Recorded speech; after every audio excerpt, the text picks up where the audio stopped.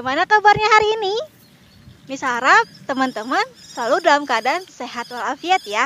Amin. Teman-teman, hari ini Miss Alkafi sedang berada di Kebun Lidah Buaya Kalisuren Herbavera Indonesia di Bogor.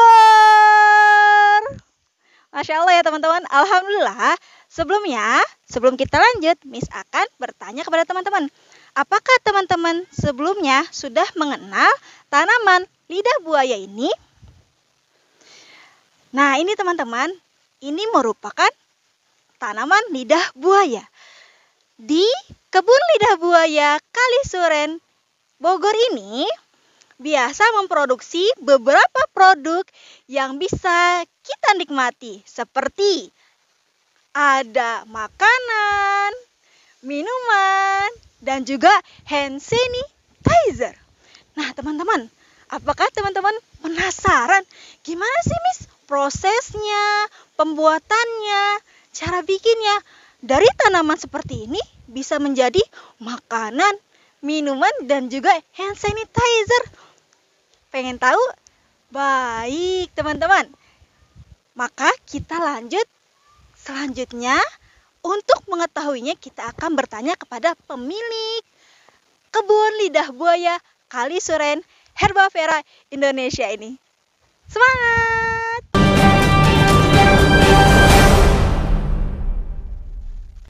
Assalamualaikum warahmatullahi wabarakatuh. Hai teman-teman Alkafi, apa kabarnya hari ini? Nah, Miss sudah ada di Kebun Lidah Buaya Kalisuren Herbavera di Bogor. Hari ini setelah Miss Siva tadi menjelaskan tentang tanaman lidah buaya, Miss akan mewawancarai pemilik Kebun Lidah Buaya. Bersama Miss ada Pak Irwanto. Selamat pagi Pak Irwanto. Bu, selamat pagi. Oke teman-teman, Pak Irwanto, kita akan ngobrol-ngobrol sebentar. Kalau untuk Kebun Lidah Buaya ini sendiri, sejak mulai ditanam sampai dipanen itu kira-kira berapa lama? Kalau dari anakan bibit itu Bu, butuh waktu 1 tahun sampai bisa panen pertama. Nah setelah udah panen pertama nanti tiap bulan bisa dipanen gitu. Jadi kalau misalnya dari bibit lalu panen, kita mengambilnya yang bagian bawah atau langsung bagian atas tuh Pak? Atau satu pohonnya biasanya? Kalau udah mulai panen kita ambil yang paling bawah Bu. Kalau yang paling bawah ini kita kupas di pangkalnya, paling pangkal ya sini kita kupas begitu. Kita lukain sedikit baru kita kupas. Oh gitu, oke. Nah, setelah dipanen produksinya seperti apa tuh Pak?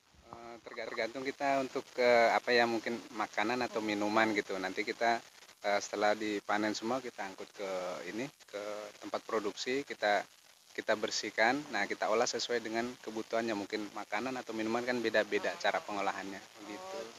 Untuk lidah buaya sendiri sebenarnya tuh jenisnya ada berapa ya? Yang setahu saya yang ada di kita ya di Indonesia itu ada 2 jenis yang dibudidayakan. Nah yang saya budidayakan ini sebagian besar jenis sinensis itu. Nah ada lagi yang barbadensis, tapi untuk kebutuhan pasar sih lebih cenderung yang sinensis sekarang. Oke. Kalau berdirinya kebun ini sendiri sudah berapa lama ya Pak? Kalau saya awalnya itu 2012 mulai bertani lidah buaya, cuman kita sempat pindah ke lokasi yang sekarang ini mulai udah 2 tahunan, mulai awal 2020. Kalau di rumah mungkin ada ayah dan bunda yang menanam lidah buaya. Mungkin biasanya kita nggak sebesar ini ya Pak ya menanamnya. Ini ada proses sendiri atau ada pupuk tersendiri yang sampai bisa bikin sebesar ini Pak? Mungkin di perawatan ya Bu ya. Jadi kita perlu siapkan tanahnya yang betul cocok untuk lidah buaya. Dia maunya tanah yang gembur gitu. Terus dari pupuk, kalau kita sih di sini cuman pure pakai pupuk kandang ya, pupuk kambing itu aja. Terus tingkat kegemburannya sama ini aliran air. Seperti sekarang musim hujan ini kan airnya banyak. Nah kita bikin bedeng-bedeng seperti ini. Terus rumputnya juga kita perhatikan betul, jangan sampai rumputnya tinggi begitu. Nah, teman-teman tahu nggak pemanfaatan lidah buaya itu apa aja? Nah, kalau di sini di Herbavera Indonesia pemanfaatannya itu dalam bentuk minuman. Nah, selain itu ada lagi nggak sih Pak?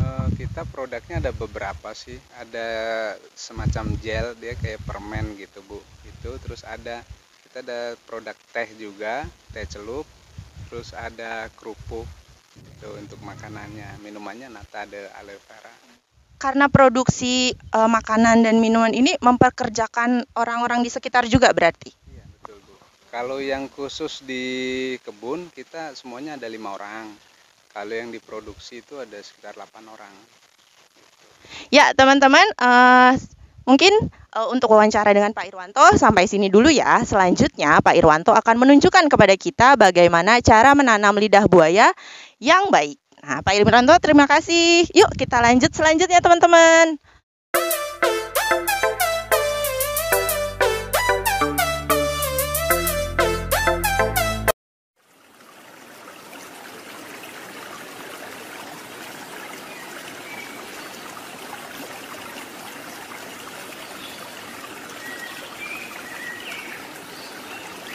Kalau misal ada pupuk, kita bisa kasih pupuk dasar dulu. Cuma memang kalau pupuk kandang harus yang fermentasi, atau kalaupun nggak fermentasi kita kasih pupuk, kita diamkan selama 1 minggu kurang lebih supaya dia terkena panas, hujan. Nah, kalaupun belum ada pupuk bisa nanti menyusul. Sekarang kita tanam aja dulu.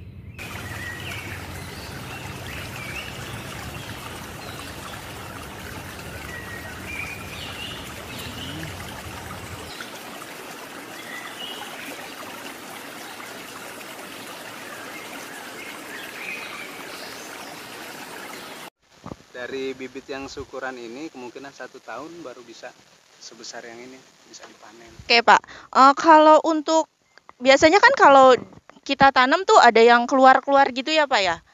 Itu anakan harus dirapikan atau biarin aja? Ya, kalau keluar anakan atau tunas itu kita harus cabut, kita pisahin, kita bikin di polybag atau kalau punya lahan ya kita tanam lagi di lahan yang lain. Kalau untuk kegemburan atau kepadatan tanahnya nih, itu diatur atau bisa bebas gitu? Jadi seperti lahan ini kan sebelum kita tanam seperti ini kita udah proses pengolahan lahan, udah kita gemburin, ada yang menggunakan garpu atau menggunakan traktor gitu. Sehingga pada saat yang sekarang ini lahan udah jadi, tinggal ditanamin, bikin lubang tanam. Kalau disiram tuh, kalau misalnya karena ini lagi musim hujan, kalau nggak musim hujan biasanya sehari tuh boleh berapa kali dalam penyiraman? Kami biasanya 2 hari sekali. Untuk yang sudah maksimal udah hidup gitu ya. Tapi kalau misal dari awal tanam begini, kalau kemarau harus setiap hari. Oke, kalau untuk pupuk sendiri seberapa kali gitu dalam pemberian pupuk? Kalau untuk pupuk kandang yang kami pakai itu maksimal itu kurang lebih 3 bulan sekali. Nah, teman-teman itu ya tadi ya cara menanam lidah buaya. Teman-teman, demikian ya wawancara singkat kita dengan Pak Irwanto selaku pemilik kebun lidah buaya Kalisuren di Bogor. Nah, teman-teman setelah ini kita akan menyaksikan bagaimana pemanfaatan lidah buaya dalam bentuk makanan atau minuman dan yang lain-lain. Jangan dihentikan dulu videonya, terus saksikan kami sampai nanti lagi.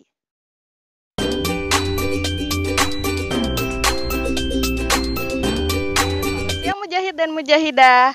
Kali ini kita akan masuk ke praktek pembuatan pemanfaatan aloe vera. Oke, di sini Miss ditemani oleh teh siapa kalau boleh tahu teh? Acoh. Teh Acoh. Oke, kita sama Pak Irwanto lagi. Oke, pertama-tama kita mau buat apa dulu nih Pak? Pertama kita bikin minuman ya, nata de aloe vera. Oke, boleh dijelaskan Pak bahannya apa aja yang dibutuhkan ya? Yang pertama kita siapkan adalah pelepah lidah buayanya gitu. Nah, nanti ada gula, terus ada air. Itu aja. Oke. Jadi bahannya cuma 3 ya, Mujahid dan Mujahidah, aloe vera, air, dan gula. Kalau gitu langsung saja kita mulai ke prakteknya. Pertama kita siapkan dulu lidah buayanya untuk dikupas ya gitu. Oke, kita mulai proses pengupasan lidah buayanya terlebih dahulu ya.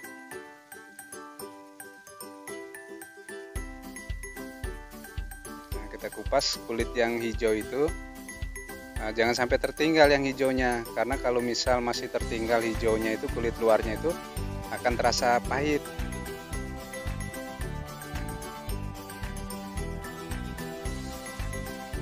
Kita potong dadu ya, nanti jadinya dadu, jadi nata.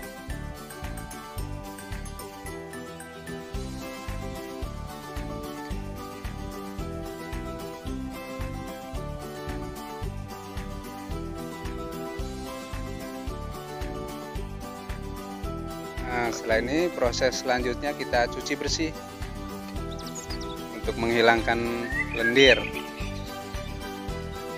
Cuci bersih sampai kurang lebih 3-4 kali ya, sampai lendirnya hilang. Kita buang dulu, kita tiriskan dulu. Kalau boleh tahu kenapa nih Pak kita harus dicuci? Kalau untuk kebutuhan konsumsi ya, khususnya minuman tuh, kalau misal masih berlendir ini kan kurang nyaman di tenggorokan ya. Tapi kalau misal ini kan ada fungsinya untuk obat juga. Kalau untuk obat sih kita biasanya ada langganan tuh yang langsung makan mentah dengan lendirnya gitu. Cuman kalau memang untuk minuman, bagusnya lendirnya kita hilangin. Proses selanjutnya kita rebus air dulu. Ini air yang dibutuhkan berapa mili ya Pak? Kalau ini sih sebenarnya tergantung kebutuhan kita aja gitu. Untuk minuman tergantung berapa banyak kita mau gitu. Jadi nggak ada takaran khusus gitu. Kita panaskan dulu sampai mendidih.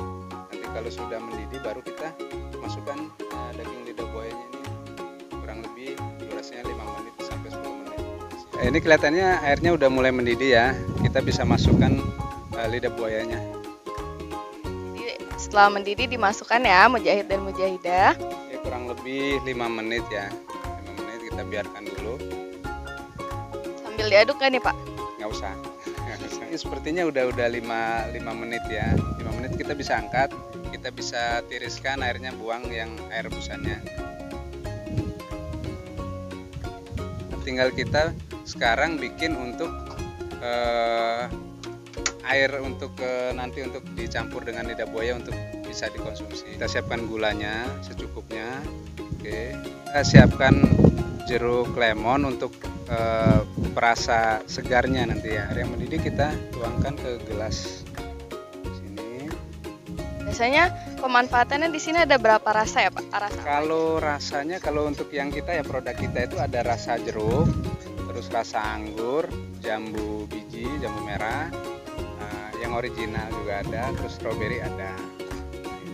Nah, kita masukkan cukup 2 sendok ya, 2 sendok ini campuran es batu ya. Ya,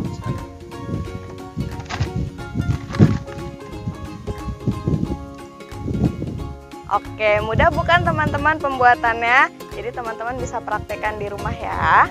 Selanjutnya kita akan buat praktek yang kedua. Praktek yang kedua kita akan membuat hand sanitizer. Oke, bahan-bahannya apa aja nih Pak yang dibutuhkan? Tetap bahan utamanya lidah buaya ya, pulpa lidah buaya. Nanti ada alkohol yang 96%, terus ada air mineral, terus air RO ya. Kita pengupasan di lidah buayanya ya. Proses pengupasannya sama ya seperti waktu untuk bikin nata de aloe vera tadi. Ya, kita cuci dulu, hilangkan yang getah-getah kuningnya itu. Kita siapkan blendernya.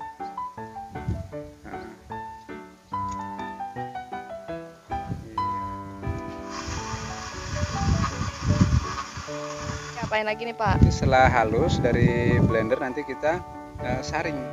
Saring ya, jadi kita tuh harus disaring Pak. Jadi kita betul-betul ambil sarinya yang paling halus ya. Sekarang kita siapkan air RO ya, kalau ada air RO. Air RO tuh air apa? Air yang sudah diproduksi sedemikian rupa dengan alat khusus ya. Gitu. Yang kita sebut air RO. Untuk air RO dan aloe veranya itu kalau kita mau rencana bikin untuk 500 ml hand sanitizer itu takarannya 135 ml. Itu nanti dicampur air RO-nya dengan lidah buaya. Nah, selanjutnya kita tambahkan jeruk nipis untuk pewangi. Tinggal kita masukkan ke dalam botol agar mudah digunakan sehari-hari. Oh, pakai corong. Oke. Oke, hand sanitizer-nya sudah jadi teman-teman. Boleh langsung dicoba kali ya.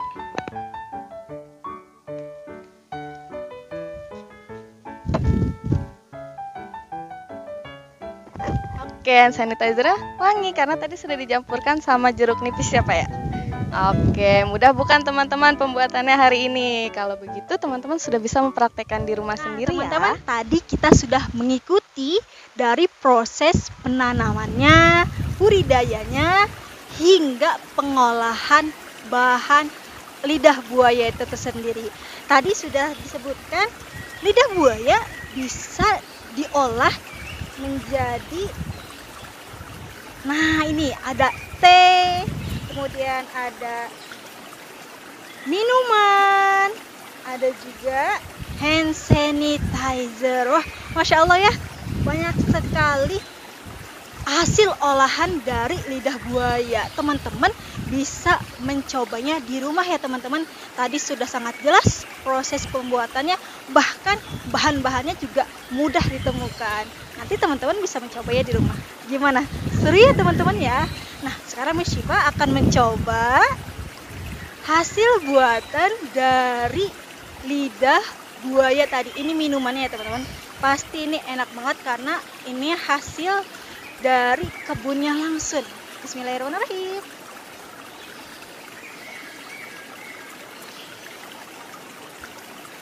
Seger, berasa banget. Tadi karena udah dicuci, jadi lendir-lendirnya tuh nggak bikin enak. Ini seger banget. Apalagi kalau misalnya dingin ya teman-teman, pasti enak banget. Nah, jangan diraguin lagi, teman-teman bisa coba bikin di rumah. Ataupun kalau misalnya mau teman-teman beli, ini sudah dipasarkan di marketplace. Gampang banget ya teman-teman ya. Karena ini sudah dijual di marketplace, teman-teman bisa mudah untuk membelinya juga. Nah, teman-teman, alhamdulillah kita sudah mendapatkan ilmu baru teman-teman ya. Semoga tidak hanya di sini teman-teman bisa mempraktikkannya di rumah. Miss ucapkan dari miss-miss yang lainnya juga terima kasih teman-teman untuk hari ini. Assalamualaikum warahmatullahi wabarakatuh. Dadah.